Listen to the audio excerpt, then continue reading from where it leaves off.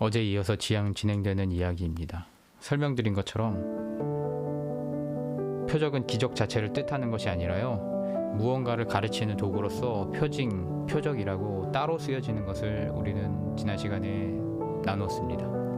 병고침과 귀신을 내어 쫓기는 기적은요, 하나님 나라가 이 땅에 도래했다라는 증표로, 그리고 오늘 본문에서는 결국 너희들이 무엇을 보여줘도 믿지 않기 때문에 니느웨에 선포했던 그 메시지, 곧 심판이 임한다라는 메시지 밖에는 없다는 이야기를 계속하여서 이야기하고 계십니다. 믿음이 없어 악한 길에 빠진 이 세대가 계속해서 표적만을 바라고 증거를 대라고 하는데, 요나의 표적 밖에는 더 이상 제시할 수 없고, 솔로몬보다 더 지혜로운 창조주 하나님의 현현을 눈앞에서 보고도 설복되지 않는다라면은 설득할 방법이 없다라고 이야기하고 계신 것입니다. 여기 등장하는 요나의 표적을 마태와 누가가 동일하게 기록하고 있는 것을 보게 됩니다. 그런데 두 저자의 해석이 판이하게 다른 것에 우리는 주의를 기울여야 하는데요, 마태는 문자 그대로 3일 만에 부활에 초점을 지어서 내가 3일 만에 부활할 것을 봐라, 그것이 궁극적인 표징이다 라고 해설하는 데 반하여서요, 누가는 요나의 메시지 자체에 초점을 두어서 해석하고 있습니다. 즉, 요나가 회개하지 않으면 심판이 임한다 라고 선포하자 역사상 가장 사악하고 포악한 민족이었던 아시리아인들이 회개했다는 그 메시지에 중심을 두고 있습니다. 아무런 표적도 없이요, 작은 선지자 요나의 말만 듣고 니느웨는 회개했다라는 것입니다. 요나도 너무 황당해서요, 하나님 앞에 농성을 벌일 정도였습니다. 그런데 이렇게 많은 기적과 예수님이 보이시는 이사를 보고도 표징과 표적을 더 달라고 하는 너희들은 그 잔악한 아시리아인보다 더 답없는 악한 세대라고 선언하고 계신 것입니다. 니느웨는 하나님의 전도를 당했습니다. 그에 반해서 다음에 등장하는 스바 여왕은요, 스스로 하나님의 복음을 듣고 솔로몬 앞에 찾아왔습니다.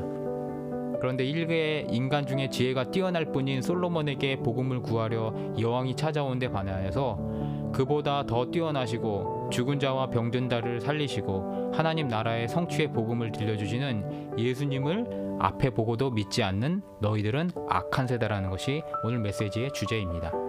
이 메시지는요, 비그리스도인에 대한 책망만 담긴 것이 아닌 것을 우리는 또 한번 생각해야 됩니다. 우리 그리스도인들에게도 심각한 메시지가 담겨 있다는 것입니다.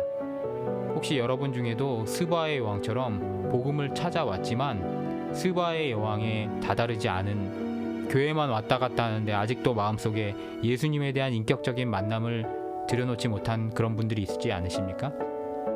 다 와서 다른 관심사에 젖어서 복음의 주변부만 머물고 있지 않느냐라는 것입니다. 물론 인격적인 만남을 찾는 과정 중에서요, 아직 못 찾으신 분이 있을 수도 있습니다. 그런 분들은 부지런히 구하시기 바랍니다. 그러나 어떤 이유에서인지 교회에 발은 들여놓기는 하였으나 마음 한구석에 증거를 보여주시기까지는 그냥 커뮤니티 정도로 모임으로 생각하련다 라고 그런 완고함을 가슴속에 감추고 행동을 신앙인인 척 연기하고 있지는 않습니까? 마음을 돌리시고 간절한 믿음을 구하시기 바랍니다. 여러분이 바라는 더 이상의 증거는 없습니다. 왜냐하면 성경 66권과 예수님의 공생의 기록을 통하여서 계시는 이미 완결되었고요, 재림하시는 그날은 도적같이 임한다라는 예수님의 선포만 남아있다라는 것입니다. 니느웨처럼 극악에서 돌리지 못하면 진노를 피할 수 없는 악한 세대의 일원이라고 예수님께서는 분명히 이야기하고 계십니다.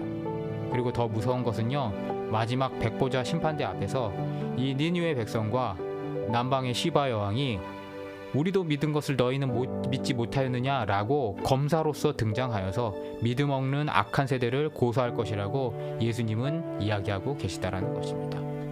그리고 마지막에 이어서 등불 비유가 등장하는데요, 이 등불 비유가 등장하는 이유도 몸의 등불은 눈이라고 이야기하고 계십니다. 이것은 문자적으로 육체적인 눈이라기보다는 마음의 눈 혹은 영적인 눈을 이야기하시는 비유입니다.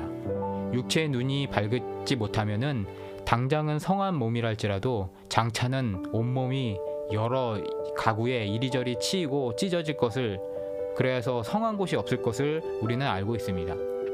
즉, 살아계신 하나님이신 예수님이 앞에 있음에도 영적인 눈이 어두워서 살아계신 말씀이신 예수님 앞에 반응하지 못한다라면요, 결국 우리 영적인 부분도 이리 치이고 저리 치이다가 성한 곳이 없이 두 번째 사망에 빠지게 된다라는 교훈으로 연결하고 계시다라는 것입니다. 그러므로 우리는요, 영적인 눈에 관심을 기울이고 세상적인 기준으로 가치 판단하며 사는 것이 아니라 결국 그렇게 살아서 눈은 떴어도 장님이여 살아도 죽은 리빙데드가 아닌 영적인 소생을 얻는 그러한 피조물로서 살아야 한다라는 것입니다. 마음의 눈의 양식인 말씀과 묵상에 게을리하지 마시고, 또 눈을 밝게 하는 원인인 이 매일의 묵상으로 충분히 가능하다는 것을 잊지 말고 그것을 받아들이시는 하루의 축복을 얻으시기를 주님의 이름으로 축복하고 축원하고 마치도록 하겠습니다. 우리 함께 기도하며 나아갑니다.